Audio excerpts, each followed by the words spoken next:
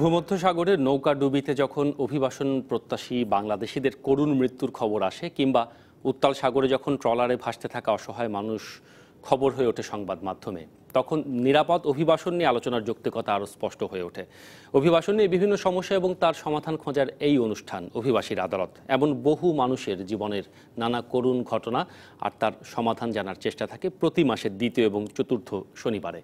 অভিবাসন বিষয়ে বিশেষজ্ঞদের মতামত জানাতে আমাদের সাথে আজকে আছেন ওয়েজ অনার্স কল্যাণ বোর্ডের মহাপরিচালক গাজী মোহাম্মদ জুলহাস ডিসি, এবং আছেন টাঙ্গাইল জজ কোর্টের আইনজীবী অ্যাডভোকেট মোহাম্মদ হুমায়ুন কবির। দুজনকে স্বাগত জানাচ্ছি আমাদের আজকের এই আয়োজনে। এরই সাথে আছেন অভিবাসন প্রত্যাশী ভুক্তভোগীদের তিনজন। আমাদের সাথে আজকে যুক্ত হচ্ছেন মোজাম্মেল হোসেন, মনা মিয়া এবং মোহাম্মদ আরিফ হোসেন। আপনাদের তিনজনকে স্বাগত জানাচ্ছি। আপনাদের কাছ থেকে জেনে নেব যে কি কি সমস্যায় আপনারা পড়েছিলেন, তার সমাধান কি হতে পারে, তার জন্য আসব আমাদের অতিথিদের কাছে। এবং সরাসরি টেলিফোন করে দর্শক আপনারা যারা আছেন তাদের মানে যুক্ত হবার সুযোগ থাকছে। 09-666-777-311 এই নাম্বারটিতে আপনারা টেলিফোন করতে পারেন, কিংবা অভিবাসন সংক্রান্ত যে কোনো তথ্য জানতে আপনারা হেল্পলাইন 333-333-তে টেলিফোন করতে পারেন। আমরা আলোচনায় চলে আসতে চাই। গাজী মোহাম্মদ জুলহাস আছেন আমাদের সাথে। সাধারণত ক্ষতিপূরণের বিষয়টি ওয়েজ অনার্স কল্যাণ বোর্ড দেখে থাকে, এবং সেই বিষয়ে বিভিন্ন রকম মানুষের প্রশ্ন এবং সংশয়ও রয়েছে, সেগুলো আজকে নিশ্চয়ই পরিষ্কার হবে আলোচনার মাধ্যমে। আমি সবার আগে মোজাম্মেল হোসেন আপনার কাছে যেতে চাই।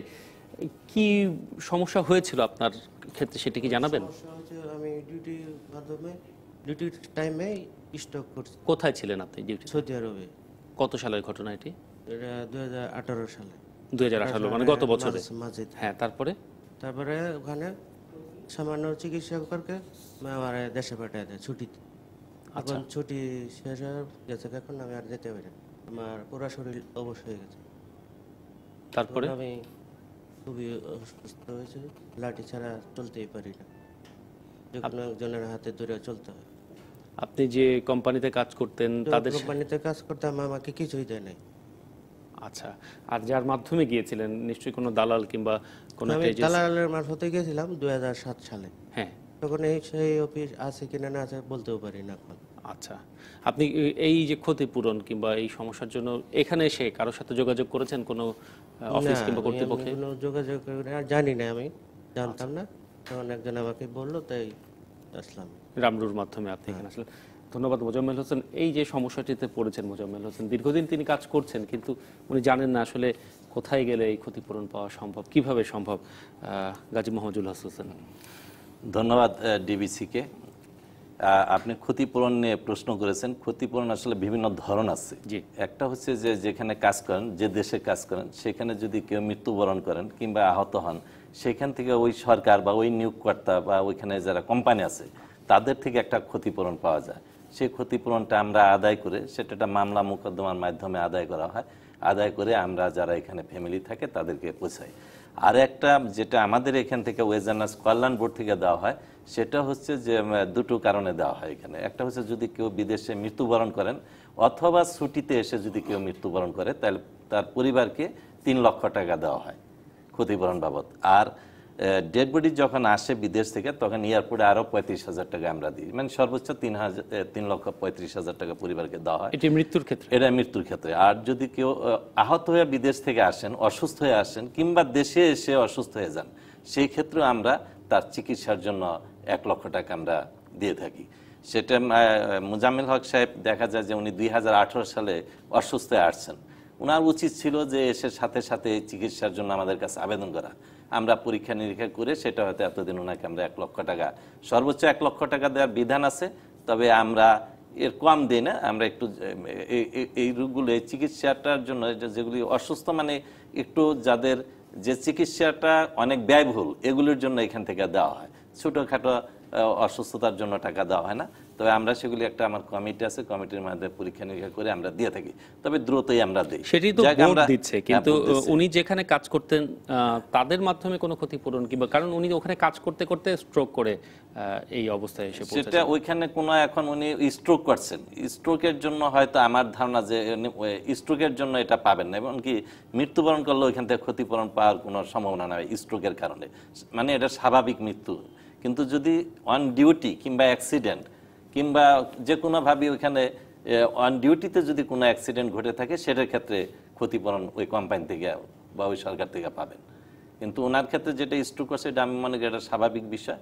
এই ক্ষেত্রে কোম্পানি মানে এই ক্ষেত্রে কি কোনো নীতিমালা কিংবা কোনো ক্রাইটেরিয়া রয়েছে যে আসলে কোন কোন রোগের ক্ষেত্রে মানে কিভাবে আহত হলে সেগুলোর বিষয় মানে খুব স্বাভাবিকভাবে বোঝা যাচ্ছে যে মোজাম্মেল হোসেন প্রায় 10 বছরের উপরে কাজ করছেন কিন্তু উনিও জানেন না। তার মানে এই বিষয়গুলোতে সাধারণ মানুষ অভিবাসন প্রত্যাশী যারা কিংবা অভিবাসী জানানোর জন্য আমরা তো বিভিন্ন আপনাদের এই অনুষ্ঠানের মাধ্যমে তো প্রায় 40টার মতো প্রোগ্রাম করে ফেলছেন এবং এগুলির মাধ্যমে আমরা জানাচ্ছি। এছাড়া আমরা জানেন যে আমরা বিভিন্ন জেলায় যে জেলা প্রশাসক কার্যালয়ে এ পর্যায়ে যে আমরা মিটিং করি বিভিন্ন স্টেক হোল্ডারদের সঙ্গে, এনজিওদের সঙ্গে বিভিন্ন সেমিনার এগুলি আমরা চালাচ্ছি।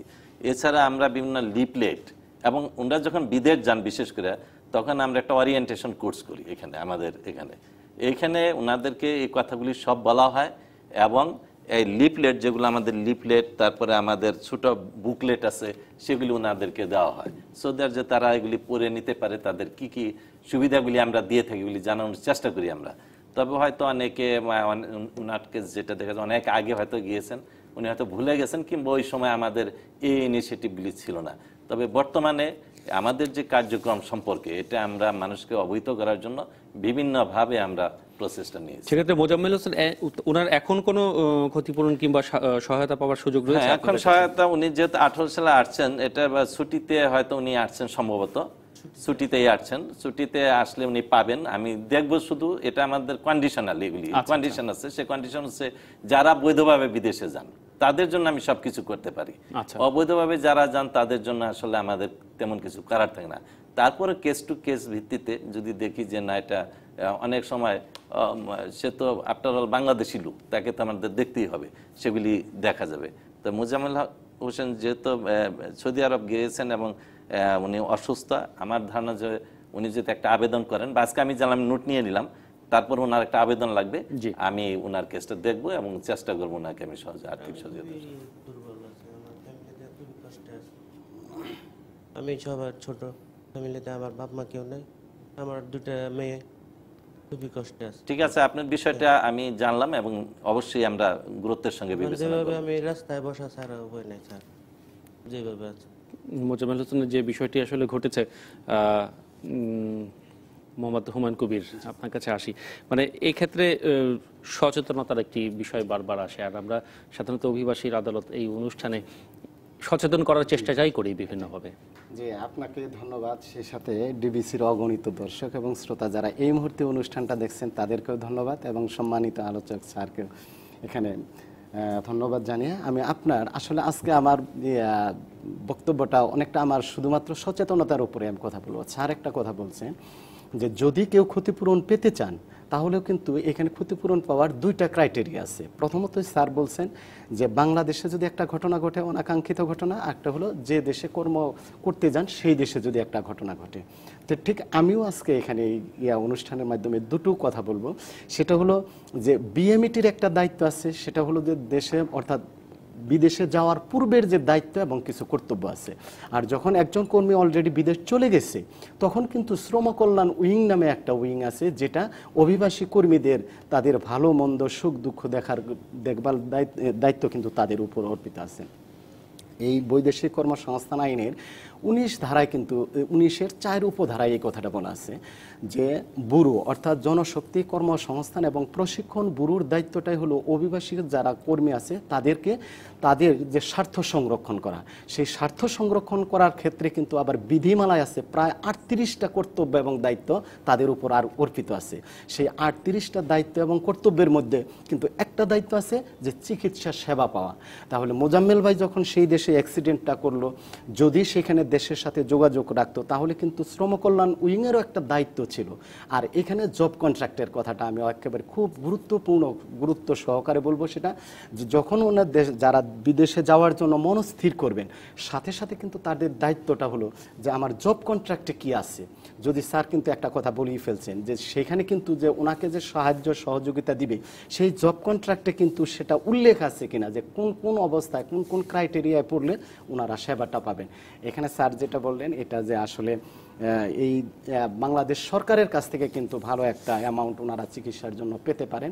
সেই সাথে এখন শ্রম কল্যাণ উইং দেখবে যে কোন অবস্থার প্রেক্ষাপটে অ্যাক্সিডেন্টটা হলে উনি সেখানে ক্ষতিপূরণ পাবে কি পাবে না, সেটা কিন্তু আসলে শ্রম কল্যাণ উইংয়ের দায়িত্ব ছিল আর কি। এবং যারা বিদেশ যাবেন তাদের কাছেও আমরা অত্যন্ত বিনীতভাবে যে অনুরোধটা রাখবো যে আপনারা যখন দেশের বাইরে যাবেন তখন কিন্তু যে দেশে আপনি যাচ্ছেন সেই দেশের এম্বাসির ঠিকানা, যার যে কোম্পানিতে বা যে ব্যক্তির অধীনে আপনি কাজ করতেছেন তাদের নাম ঠিকানা এবং আপনার পাসপোর্ট এবং আপনার সমস্ত কাগজপত্র, মোট কথা সচেতন হয়ে যাওয়া এবং সব তথ্য জেনে যাওয়া। আমরা অনেকটা দুঃখজনকভাবে দেখতে পাই যে একজন হয়তো অ্যাক্সিডেন্ট করছে কিন্তু ওনার কাগজপত্র নাই, অর্থাৎ ওনার কাছেই সমস্ত কিছু ছিল, হয়তো হারিয়ে গেছে, কিন্তু উনি যদি ওই কাগজটায় 3-4টা সেট করে তার গ্রামের বাড়িতে বা তার গার্ডিয়ানের কাছে রেখে যেত তাহলে কিন্তু এই কথাটা আর উদ্ভব হতো না। আর স্যার কিন্তু একটা কথা বারবার বলতেছেন যে আপনি এই ক্ষতিপূরণ পাবেন, এটা কিন্তু শর্ত সাপেক্ষ। সেই শর্তটাকে আপনাকে অবশ্যই বৈধভাবে যেতে হবে। আপনি অবৈধভাবে গেলে কিন্তু আসলে দুঃখজনক হলেও সত্যি যে আপনি সেই। অ্যাডভোকেট কবির ধন্যবাদ। আমরা একজন দর্শককে পেয়েছি, তিনি টেলিফোনে আছেন, তার প্রশ্নটি নিতে চাই, বুঝতে চাই যে তিনি কি জানতে চান। দর্শক, পরিচয় দিয়ে আপনার প্রশ্নটি করবেন। আছেন, সম্ভবত সংযোগটি বিচ্ছিন্ন হয়েছে, আমরা আলোচনা চালিয়ে যাব, তার মাঝে নিশ্চয়ই আরও কেউ না কেউ টেলিফোন করবেন। গাজী মোহাম্মদ জুলহাস, এই যে বলছেন যে শর্ত সাপেক্ষে, তার সবচেয়ে বড় বিষয়টি হচ্ছে বৈধভাবে যেতে হবে, কিন্তু মানে দুঃখজনকভাবে সত্যি হলো অবৈধভাবেও বহু শ্রমিক বাংলাদেশ থেকে বিদেশের পথে পাড়ি দিচ্ছেন। তারা যদি কখনো দুর্ঘটনার শিকার হন কিংবা অনাকাঙ্ক্ষিত সমস্যায় পড়েন, তাদের জন্য আসলে কি বিবেচনাটি আপনারা প্রথমে? এই বাস্তবতা আসলে আমরা বিবেচনায় নিয়ে আমরা গত বছর থেকে মানে 2018 সাল থেকে আমরা আরেকটা অনলাইন রেজিস্ট্রেশন আমরা চালু করেছি। ডায়াসপোরা এবং আনডকুমেন্টেড যারা আমাদের শ্রমিক আছেন বিদেশে, এখান থেকে বৈধভাবে যান নাই কিন্তু এখানে যা বৈধভাবে কাজ করছেন তারা আমার মেম্বার না, ওয়েজার্নাস কল্যাণ বোর্ডের মেম্বার না, কিংবা এখানে বিএমএটি ক্লিয়ারেন্স নিয়েও তারা যান নাই। তো এই সুযোগগুলো ওয়েজার্নাস কল্যাণ বোর্ড থেকে বা সরকার থেকে যে সুযোগগুলি দিচ্ছে এগুলিকে তারা যেন অ্যাভেল করতে পারে, তারা যেন পেতে পারেন, এই জন্য তাদের জন্য আমরা একটা ডাটাবেস আমরা করেছি। সেটা অনলাইনে যে যেখানে আছে ওখানে বসেই সে করতে পারবে, মানে অনলাইনে তারা আপনাদের তালিকাভুক্ত সদস্য হতে পারবেন। এখন এটা হচ্ছেন, এটা হয়ে গেলে তখন তারা আমাদের এই সুবিধাগুলি পাবে। তবে এটা এই নয় যে যারা বৈধভাবে যাচ্ছেন না তাদেরকে আমরা কিছুই করি না, তা নয়। সে ধরেন একজন মারা গেছে বিদেশে, এখন ওইখানে তার ডেড বডিটা আনতে হবে, তখন কিন্তু অন্য কেউ না থাকলে ওয়েজার্নাস কল্যাণ বোর্ডের মাধ্যমে তাকে আনা হয়। আরো একজন দর্শক আছেন, আমি একটু থামাচ্ছি আপনার কথার মাঝে, দেখি তিনি কি জানতে চান। দর্শক, পরিচয় দিয়ে প্রশ্নটি করবেন আমাদের। আসসালামু আলাইকুম। জি বলুন, শুনছি। আমি বীর মুক্তিযোদ্ধা মোস্তফা মিয়া। জি বলুন। ওই আমার একটা ছেলে বুঝছে সৌদি পাঠাইছিলাম মক্কা ক্লিনিক প্রজেক্টে। জি। ওই জায়গা কিরাম বোর্ড খেলা দিয়ে গন্ডগোল করে ওরা কুয়াই মাইরে ফেলায়, বুঝছেন? আচ্ছা। 1 বছর পর লাশ এটা আমি তখন করি। এখন বাংলাদেশের খরচ আমি পাইছি, এয়ারপোর্টের খরচ পাইছি, কিন্তু যে মাসে তারে অ্যারেস্ট করছে তার আমি এই পর্যন্ত জানতে পারি নাই তার কি সাজা হয়েছে বা কয় বছর জেল হয়েছে বা তার কি হবে। আমরা বুঝতে পেরেছি আপনার প্রশ্নটি। লাইনে কোনো সমস্যা ছিল বলে বোধহয় পুরো কথাটি শোনা গেল না। না, প্রশ্নটা বোঝা গেছে, তার ছেলেকে মেরে ফেলছে। এখানে আরেকটা যে ছেলেটা মারছে সে কোন দেশের নাগরিক সেটা উনি বলেননি। তবে এরূপ ক্ষেত্রে মামলা হয় ওখানে, ক্রিমিনাল মামলাই হবে।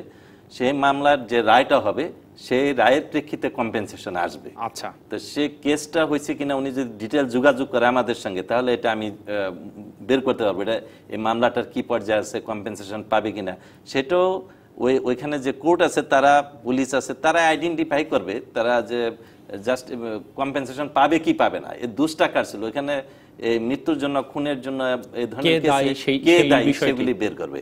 আর তাছাড়া ডেড বডি যদি এসে থাকে আমাদের যে কম্পেনসেশন যেটা সেটা 3,35,000 টাকা আমরা সেটা দিয়ে থাকি, সেটা পাবেন। ধন্যবাদ। আমরা এই বিষয় নিয়ে আরো আলোচনা করব। মোজাম্মেল হোসেনের সাথে আমরা কথা বলেছি, মোহাম্মদ মোনামিয়া এবং মোহাম্মদ আরিফ হোসেন আছেন।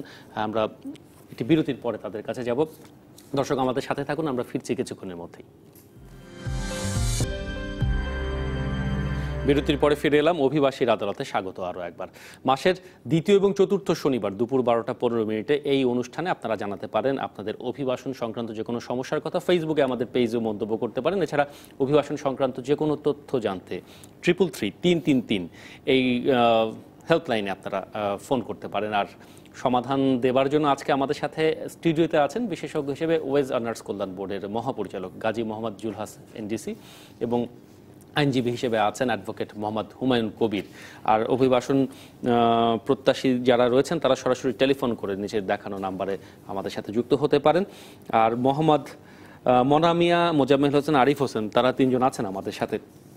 গাজী মোহাম্মদ জুলহাস, আমরা কথা বলছিলাম মোজাম্মেল হোসেনের ক্ষেত্রে, উনি বিদেশে কর্মরত অবস্থায় স্ট্রোক করেছিলেন, ফিরে এসেছেন, কিভাবে তিনি ক্ষতিপূরণ পেতে পারেন কিংবা কি তার সমাধান হতে পারে সেই নিয়ে উনি প্রশ্ন করেছেন। আমরা একটু চলে যেতে চাই আরিফ হোসেন, আপনার কাছে কি ঘটেছিল ভাই? 2016 সালে আমি সৌদি আরবে গিয়েছি, আর 2019 মার্চের 16 তারিখে আমি ডিউটি শেষ করে কোম্পানির রুমে যাওয়ার জন্য রওনা দিয়েছি। গাড়ি অ্যাক্সিডেন্টে প্রচণ্ড ক্ষতিগ্রস্ত হয়ে আমি হসপিটালে 28 দিন পর আমার জ্ঞান ফিরে আসে, বাকি 15 দিন রাখে। তারপরে আমি কোম্পানি থেকে কোম্পানির আসি, বাসায় আসি। আসার পরে কোম্পানি আমাকে কোনো টিকিট না দিয়ে আমাকে বাংলাদেশে নিজের টাকা দিয়ে আসতে হয়। আমাকে 5 টাকা, আমাকে 10 টাকা দিয়ে এইভাবে আমি বাংলাদেশে আসি।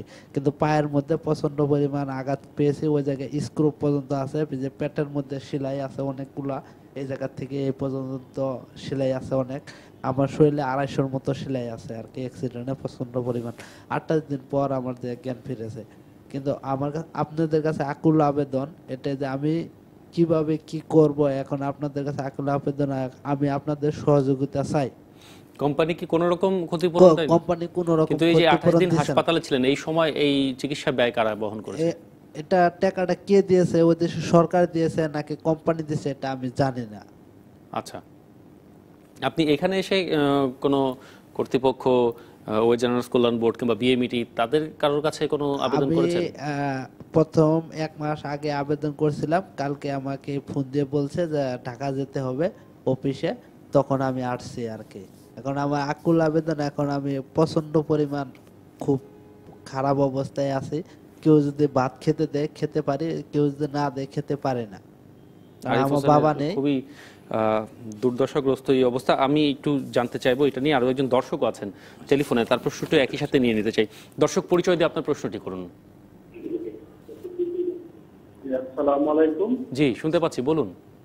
আমি নাটক থেকে বলছি। জি বলুন।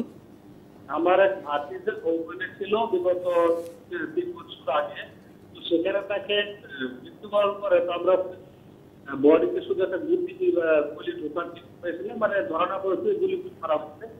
তো বাংলাদেশের টাকাটা পাই 3 লক্ষ টাকা, আমরা পাইছি। জি, ওখান থেকে তার ইন্স্যুরেন্স করা কম, সেই টাকাটা পাওয়ার জন্য আমরা প্রত্যেক সুযোগ করতে পারি। তার ইন্স্যুরেন্সের টাকা পাওয়ার ক্ষেত্রে কি হতে পারে সমাধান, সেটি জানতে চাচ্ছেন। ধন্যবাদ আপনাকে, নাটোর থেকে টেলিফোন করেছিলেন। গাজী মোহাম্মদ জুলহাস, দুটি প্রশ্নের উত্তরই আপনার কাছে শুরুতে আসতে চাই। শুরুতে নিশ্চয়ই আরিফ হোসেনের ক্ষেত্রে কি করা সম্ভব আপনাদের ক্ষেত্রে? আমি আরিফ হোসেনকে তো ফিজিক্যালি দেখলাম, আমি তার যেটা উনি যেটা বলতে চেয়েছেন যে চিকিৎসা ওখানে নিয়েছেন, টাকা কে দিয়েছে উনি জানেন না, কিংবা আসছেন ওনার নিজের টাকা দেয়, কিন্তু এটা হওয়ার কথা না। কারণ আমাদের যে বায়োলেটারাল রিলেশন, যেটা আমাদের বায়োলেটারাল এগ্রিমেন্ট বা মেমোরেন্ডাম অফ আন্ডারস্ট্যান্ডিং যেটা হয় আমাদের সঙ্গে, দুইটা কান্ট্রির মধ্যে স্টেটের সঙ্গে যখন হয়, সেখানে আমরা একটা প্রভিশন দিয়ে থাকি, যদি অন ডিউটিতে সে কোনো অ্যাক্সিডেন্ট করে, কোনো আহত হয় কিংবা অসুস্থ হয়, সেটার চিকিৎসা ওই এমপ্লয়ার বিয়ার করবে। এমনকি যে উনি যখন আসবেন তখন তার টিকিটটাও সে বিয়ার করবেন। এটা কিন্তু আমাদের যে এগ্রিমেন্টগুলির মধ্যে থাকে, এটা একটা স্ট্যান্ডার্ড এগ্রিমেন্টের মধ্যে এটা থাকে, কিন্তু ওনার ক্ষেত্রে হয়নি। এখন এখানে দেখতে হবে যে উনি গেলেন যে এখানে উনি বৈধভাবে গেছেন কিনা। ফার্স্ট 2016 সালে গেছেন। আমি ওনাকে হয়তো আমি একটু জিজ্ঞেস করতে পারি যে আপনি কি স্মার্ট কার্ড কিংবা এটা বিএমএটির ফিঙ্গারপ্রিন্ট দিয়ে আপনি গেছেন কিনা। আমি গুলশান থেকে ক্যাতাসিট অফিস থেকে যাই সিদ্ধি সাপ দিয়ে, এবং আমাদের গ্রামে দালাল ছিলেন আলিয়াসগড়। এখন আমি এটুকু জানতে পারি, কিন্তু আমার কোনো স্মার্ট কার্ড বা কোথাও কোনো কার্ড আমি পাইনি। আচ্ছা, মানে এগুলি পাইনি, মানে এখন বুঝে অ্যাপারেন্টলি মনে হচ্ছে যে উনি বৈধভাবে আসলে জানেন। এই রূপ ক্ষেত্রে যেটা আমরা অনেক সময় বলি ফ্রি ভিসা, ওইখানে যে ওনার স্বাধীন মতো উনি কাজ করবেন। আসলে ফ্রি ভিসা বলতে তো কোনো ভিসা নেই, ওইরকম অনেক সময় স্বাধীন মতো কাজ করেন। কপিল বা যেটা আমরা কপিল বলি বা এমপ্লয়ার বলি বা নিয়োগকারী কর্তৃপক্ষ হয়তো উনার ছিল না। এইরূপ না, এটা না যাওয়ার জন্য আমরা সবসময় প্রচারণা চালাই, কিন্তু তারপরে মানুষ কেন যে যায় এটা যে বিপদে পড়ে, যাওয়ার পরে বিপদে পড়ে। যাক ওনার কেসগুলি আমি দেখছি, আমরা একটু পরীক্ষা উনি আবেদন করুক আমাদের কাছে, আমি পরীক্ষা নিরীক্ষা করে যেহেতু ওনার ফিজিক্যাল কন্ডিশন এগুলি যেগুলো দেখছি আমি, এটা আমরা আর্থিক সহযোগিতা আমরা দেওয়ার চেষ্টা করব। মানে সেই সুযোগ কি রয়েছে আপনাদের? সেই সুযোগ আমাদের যদিও নীতিমালার মধ্যে নাই যে অবৈধভাবে গেলে হবে না, তারপরও মানবিক দিকগুলি তো আমাদের বিবেচনায় নিতে হয়। সেই ক্ষেত্রে বোর্ড আমাদের আছে, এটা বোর্ডে আমাদের অনুমোদন লাগে। বোর্ডে এটা স্বাভাবিকভাবে আমি যেটা দেখেছি অতীতে এক্সেপশনাল কেসে ওনারা অনুমোদন করেন এগুলি। তো ওনারটা হয়তো আশা করা যায়, ওনার যে ফিজিক্যাল কন্ডিশন তা দেখে মনে হচ্ছে যে এটা হয়তো বিবেচনায় করা যাবে। আর নাটোর থেকে একজন দর্শক উনি যেটা আছে উনি 3 লক্ষ আমাদের টাকাটা উনি পেয়েছেন। উনি যেটা বলছেন ইন্স্যুরেন্সের টাকাটা, এটা কোন দেশে আমি ক্লিয়ার না কোন দেশের ক্ষেত্রে, এটা ইন্স্যুরেন্স সব জায়গায় দেওয়া হয় না। যদি ইন্স্যুরেন্স কভারেজ থাকে ওই এগ্রিমেন্টের মধ্যে ওনার যে কন্ট্রাক্ট রুলসের মধ্যে থাকবে যে ইন্স্যুরেন্স কভারেজ আছে কিনা, এটা ডিপেন্ড করে কোন কান্ট্রিতে গেছে সেই দেশের। সব দেশে এই ইন্স্যুরেন্স কভারেজ থাকে না, যদি থাকে তাহলে দিবে, এটা পাবে। এটা হয়তো আমাদের কাছে আমরা, উনি যদি যোগাযোগ নাও করতে পারে আমাদের কাছে জানালে আমরা আমাদের অ্যাম্বাসির মাধ্যমে এটা যোগাযোগ করবো। আচ্ছা, বেশিরভাগ ক্ষেত্রে আমি দেখেছি যে ইন্স্যুরেন্সের টাকা আমরা নরমালি খুব পাই না, ধরতে গেলে 2-1টা কেস হয়তো এক্সেপশনাল কোম্পানি সেই দেশের এবং ইন্স্যুরেন্স কোম্পানির শর্তের উপরে নির্ভর করে নিশ্চয়ই। অ্যাডভোকেট মোহাম্মদ হুমায়ুন কবির, আপনার কাছে আসতে চাই। আরিফ হোসেনের ক্ষেত্রে আমরা যেটা দেখছি, আমরা প্রায়শই দেখছি যে মানে অবৈধভাবে বিদেশে যাওয়ার আসলে ঝক্কি অনেক বেশি, মানে সেখানে গিয়ে কাজ করাও এবং ফিরে আসার পরও নিশ্চয়ই। যদিও সেই একই কথা বারবার আমাকে উচ্চারণ করতে হয়, সেটা হলো স্যার কিন্তু কথাটা বলছেন যে আসলে আমরা যারা বিদেশে যাওয়ার জন্য মনস্থির করব, সাথে সাথে কিন্তু আমার বৈধভাবে আমি যাচ্ছি কিনা এই ব্যাপারটা আসছে।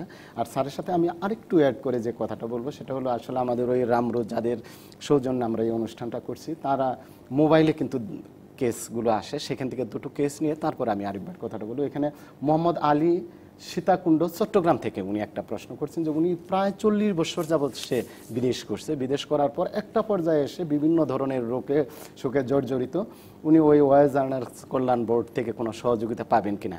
তো আমি আলী ভাইয়ের উদ্দেশ্যে বলবো যে আসলে আজকের যে অনুষ্ঠানটা হচ্ছে অধিকাংশই কিন্তু এই ধরনের ক্ষতিপূরণের উদ্দেশ্যে কিন্তু এই অনুষ্ঠান।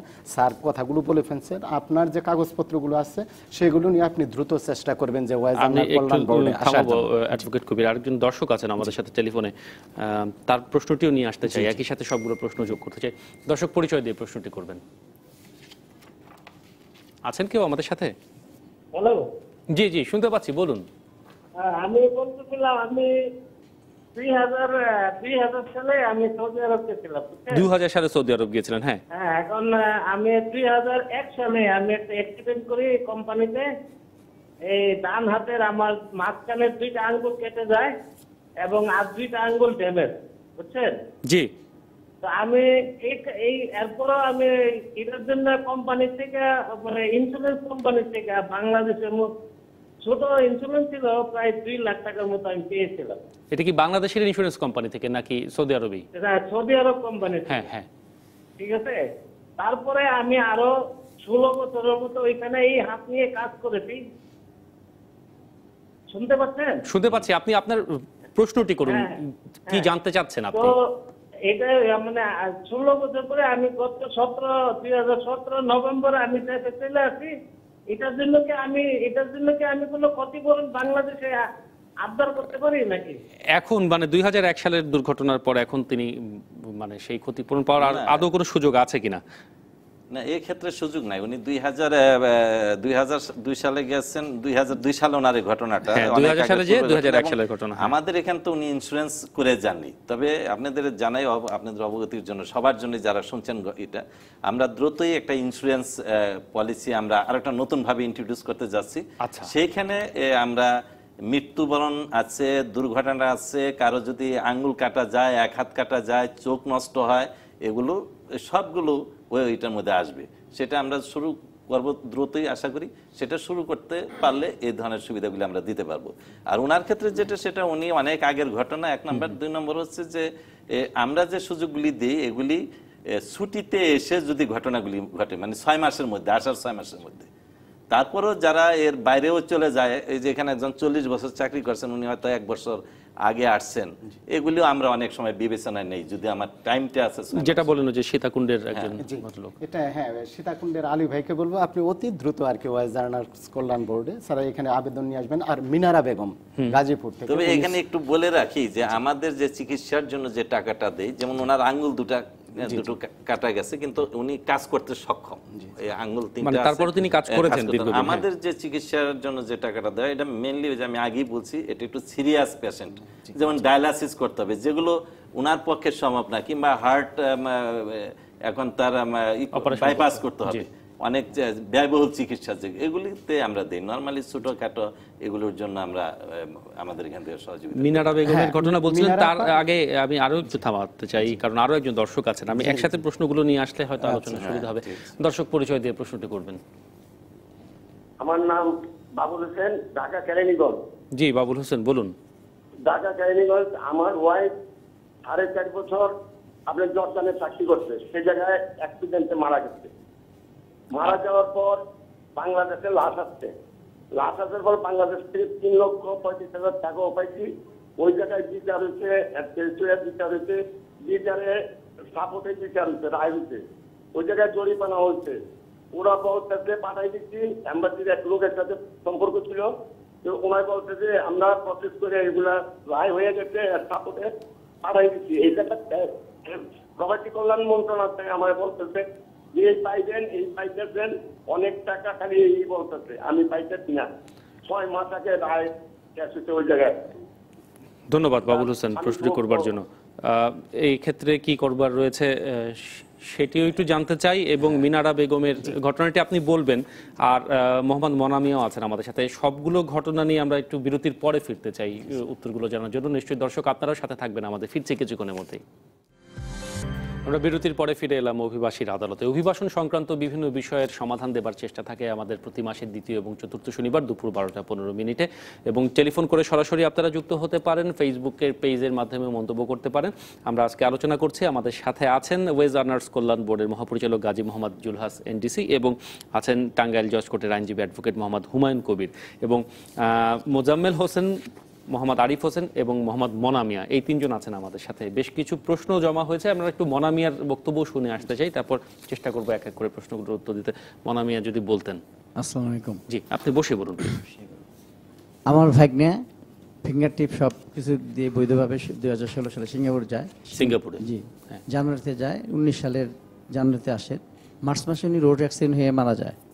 তো রোড অ্যাক্সিডেন্ট মারা যাওয়ার পরে আমরা শুনতে পারলাম এই যে এখানে স্যাররা যারা আসছেন এদের মাধ্যমে যে এখানে মারা গেলে একটা ব্যবস্থা হয়। তো আমার বোন এবং বোনের জামাই অত্যধিক অসহায় মানুষ, অত্যধিক দরিদ্র মানুষ। তো এসে রোড অ্যাক্সিডেন্ট মারা গেছে, সেই কারণে মানবতার উদ্যোগ থেকে আমার এই ভাগ্নের জন্য বোন আর্থিক সহায়তা পাবে কিনা এটা স্যারের কাছে বিশেষভাবে অনুরোধ। জি মোহাম্মদ মনামিয়ার ভাগিনার ক্ষেত্রে যেটা ঘটেছে, আমার মনে মনামি এবং মিনারা বেগম যেটা দুটো একসঙ্গেই বলি। মনামিয়ার যেটা সেটা আমি দেখেছি, শুনলাম উনি 3 বছর থাকার পরে চলে আসছেন। আমি আগেই বলছি যে আমরা এই টাকাটা দেই যে যারা দেশে এসে ছুটিতে এসে মারা যান। আমি কাগজ আবেদন করেন, আপনি করার পর আমি পরীক্ষা করে দেখব যে উনি ছুটিতে এসে মারা গেছেন কিনা। সেই ক্ষেত্রে যদি সেটা হয় সেটা আমি দিতে পারবো টাকা, 3 লক্ষ টাকা সে পাবে, তার পরিবার পাবে। আর যদি সে কন্ট্রাক্ট শেষ করে চলে আসে, একবারে চলে আসে, তাহলে টাকাটা দেওয়া মানে চাকরি না থাকলে না, চাকরি না থাকলে মানে সে চলে আসছে, সে আর চাকরি করবে না, মানে এখন আর সে আসলে তাকে আমি প্রবাসী বলবো না। আচ্ছা, এই আমাদের যে সংজ্ঞাটা সেটা হচ্ছে প্রবাসী কর্মী, প্রবাসী হতে হবে তাকে। তো প্রবাসে থাকলেও হবে, অথবা প্রবাস থেকে ছুটিতে আসলো, সে অ্যাজিব যে সে এখন ডিউটিতে আছে, প্রবাসে আছে। কিন্তু সে যদি কুইট করে চলে আসে, কন্ট্রাক্ট শেষ করে চলে আসে, সেই ক্ষেত্রে আমাদের যে নীতি। মিনারা বেগমের ক্ষেত্রে কি ঘটেছিল একটু শুনে নেই আগে। হ্যাঁ, এটা মিনারা বেগম ছিল সৌদি আরবে ছিল শোভন ভাই, তো প্রায় 2.5 বছর কাজ করার পর ডিউটি করার সময় সে একটা অ্যাক্সিডেন্ট হয়ে চলে আসে। আবার তার আরেকটা বাড়তি দুর্ভাগ্য যোগ হয়েছে বাংলাদেশে আসার পর, অর্থাৎ তার হাজবেন্ড আবার তার সাথে ঝগড়া করে তার সমস্ত ডকুমেন্টস গায়েব করে দিয়েছে, নষ্ট করে ফেলছে। এখন উনি একটা সাহায্য সহযোগিতার প্রার্থনা করছে। আমি মিনারা আপার উদ্দেশ্যে বলবো, আপনি অতি দ্রুত আপনার কাছে যতটুকুন আছে, যেটুকুন কাগজপত্র আছে সেটুকু নিয়েই আপনি ওয়াইজ আর্নার কল্যাণ বোর্ডে আসেন, আবেদন করেন। স্যার এখানে কিন্তু স্যার একটা কথা বারবার বলছেন যে সেটা হলো আমাদের একটা নীতিমালা আছে, সময়সীমা আছে।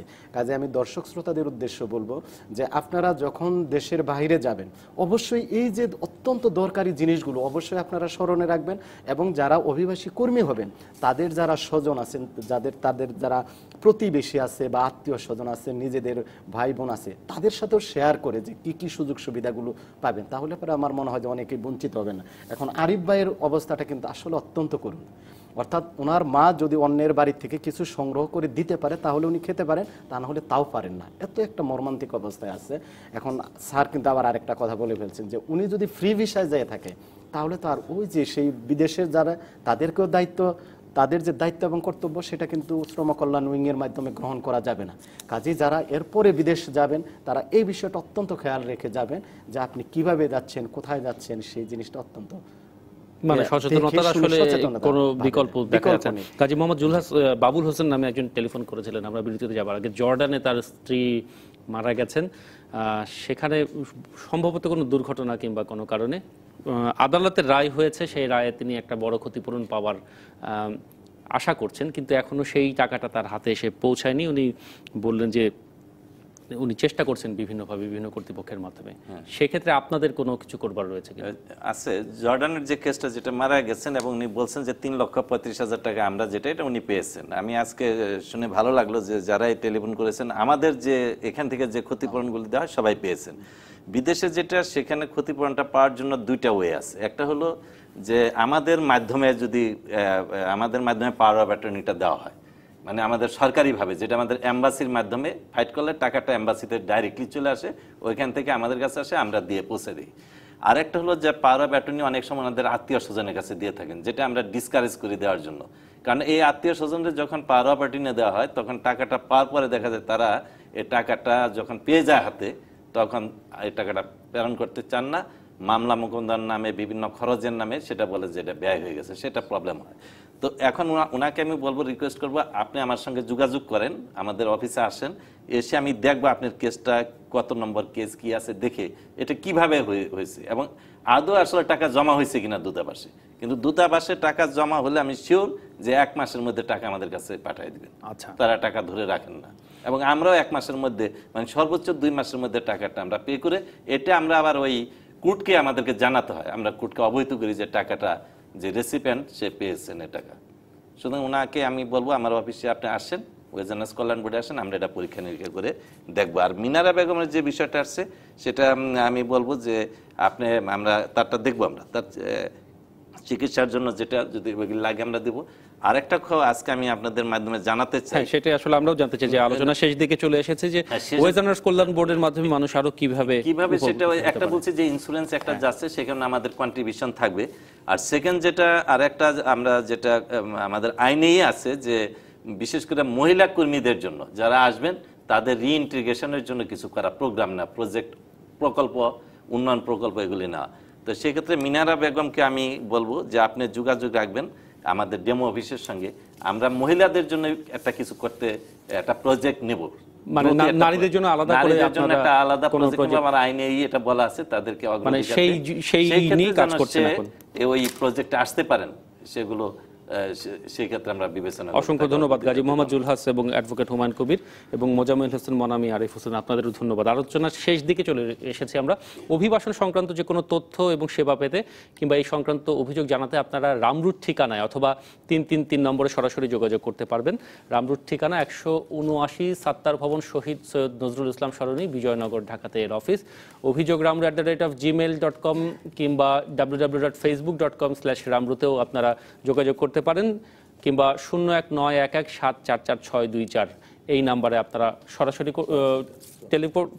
আপনারা যোগাযোগ করতে পারেন, এবং ওয়েজার্নার্স কল্যাণ বোর্ডের কল সেন্টারেও আপনারা সরাসরি যোগাযোগ করতে পারেন 843333333 এই নাম্বারে। এই ছিল আমাদের আজকের আয়োজনে। আগামী অভিবাসীর আদালতের জন্য আপনাদেরকে আমন্ত্রণ জানিয়ে আজকের মতো শেষ করছি। ভালো থাকুন সবাই।